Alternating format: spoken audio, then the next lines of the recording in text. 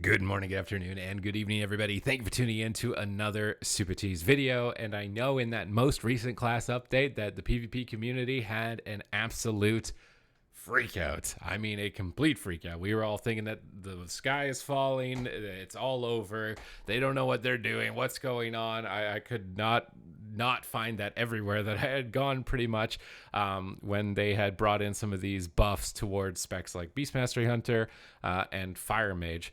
Myself, I've seen this happen a lot in the past where PvE changes come through. There's no immediate PvP update as far as PvP specific tuning. And I think that's probably for multiple factors. I'm not an employee. I don't know the actual ongoing stuff that might happen with this stuff. But what I would probably think is either happening is it's either some sort of scheduling issue, maybe, again, speculation.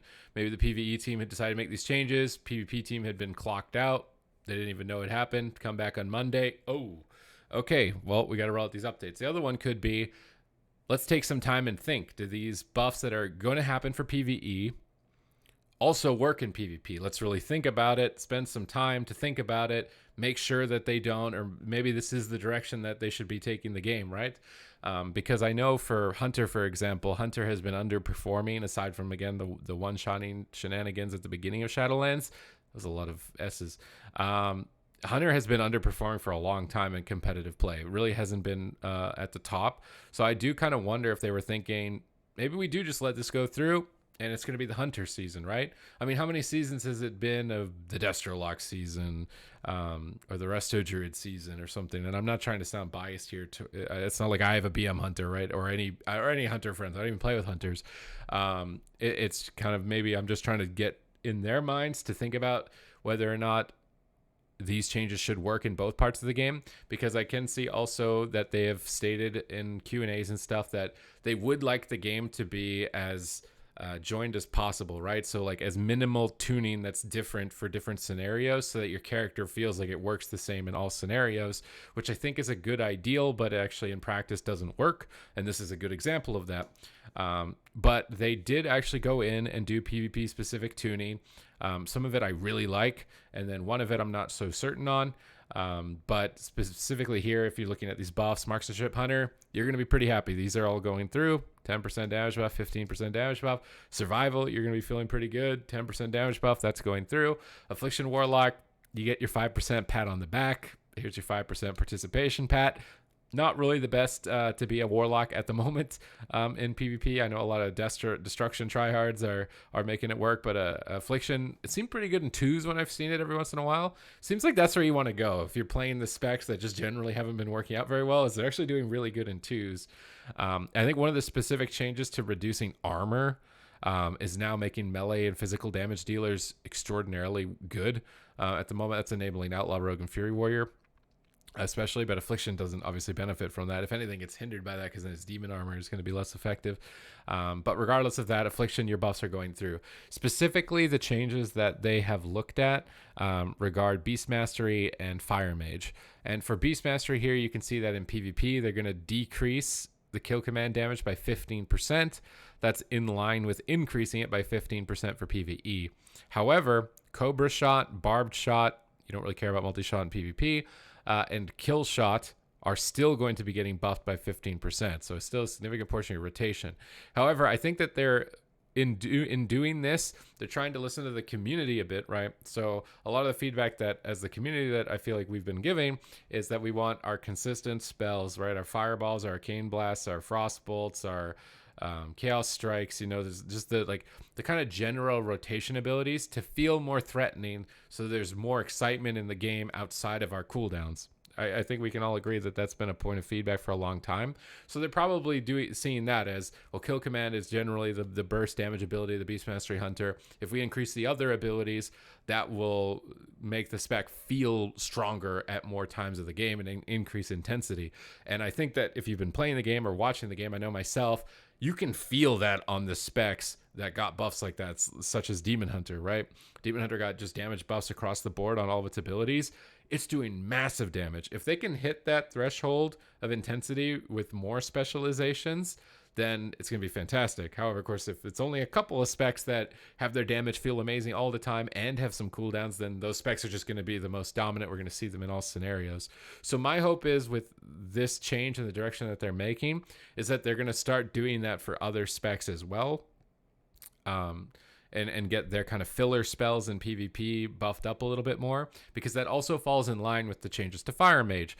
Your Fire Blast buff by 15%, not happening. Your Pyro Blast buff by 5% in PvP, not happening. But your 20% Fireball damage is still going to be happening. So your consistent filler spell. This is what I mean. It seems to be slotting in line with that, which actually does excite me.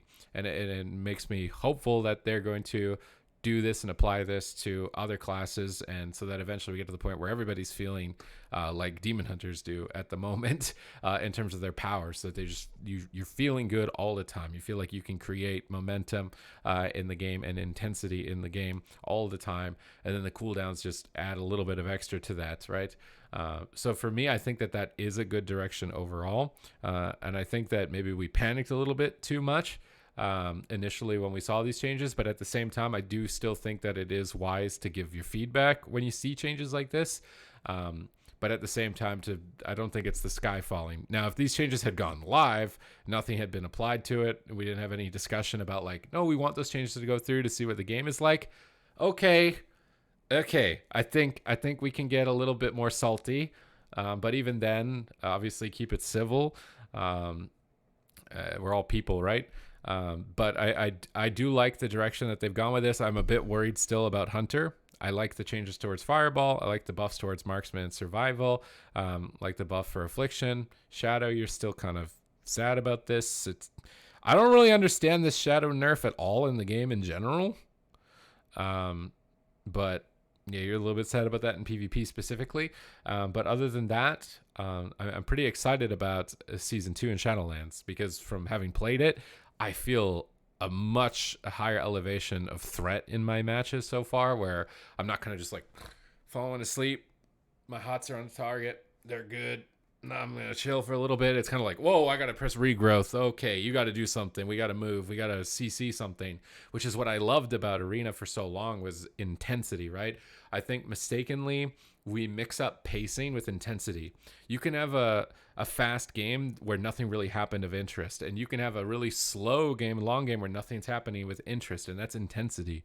The intensity of the match is the most important. You know, how many of your actions that you're throwing out into the battlefield are doing something, right? How many mistakes are you afforded to make before it's accumulated to the point where you're going to hit a defeat?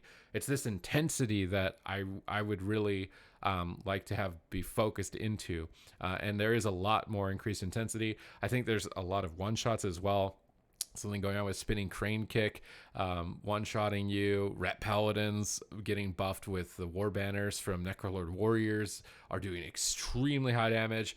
I think once people learn what these cooldowns are and trade with them effectively, that it's going to start to nullify it a bit, right? But it is very extreme. The amount of damage that can come out during these specific cooldown windows at the moment. I'm a little bit hesitant to really talk negatively about damage, because the last thing I want is for this level of intensity to become docile and just we're swinging pool noodles at each other and trying to hurt each other before we've hit 80% dampening outside of our big powerful cooldowns. And I've got that whole video of how the damage is done too much at the top end of the spike and not everywhere else. Which is why I like these changes where Fireball is now doing more damage. The filler spells are going to be doing more damage. I think that is a great direction. And I really hope that we see more of this, because I think it's just going to make the game more intense. And if the game is more intense, it's going to be more enjoyable, at least for me. I don't know if you're wanting to join in a gladiator. What's the word for that? Gladiatorial? That's definitely not the word. A gladiator arena. You know, if you were in ancient Rome and you're going to go into the gladiator arena, like how intense would that be, right? Like you're going to constantly think like every swing, every move is going to cost you your life. You're not going to go in there and 10 billion actions are happening all at the same time, but nothing's actually happening, and you just don't really understand what's going on.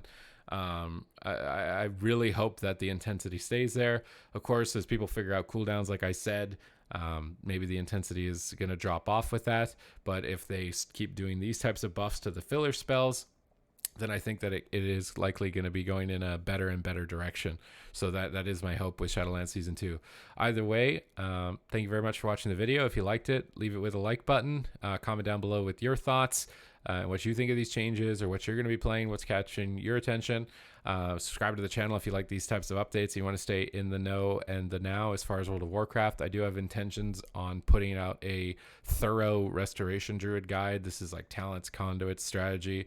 Going to be going through some gameplay, basically everything that you need to know for Resto Druid throughout my experience.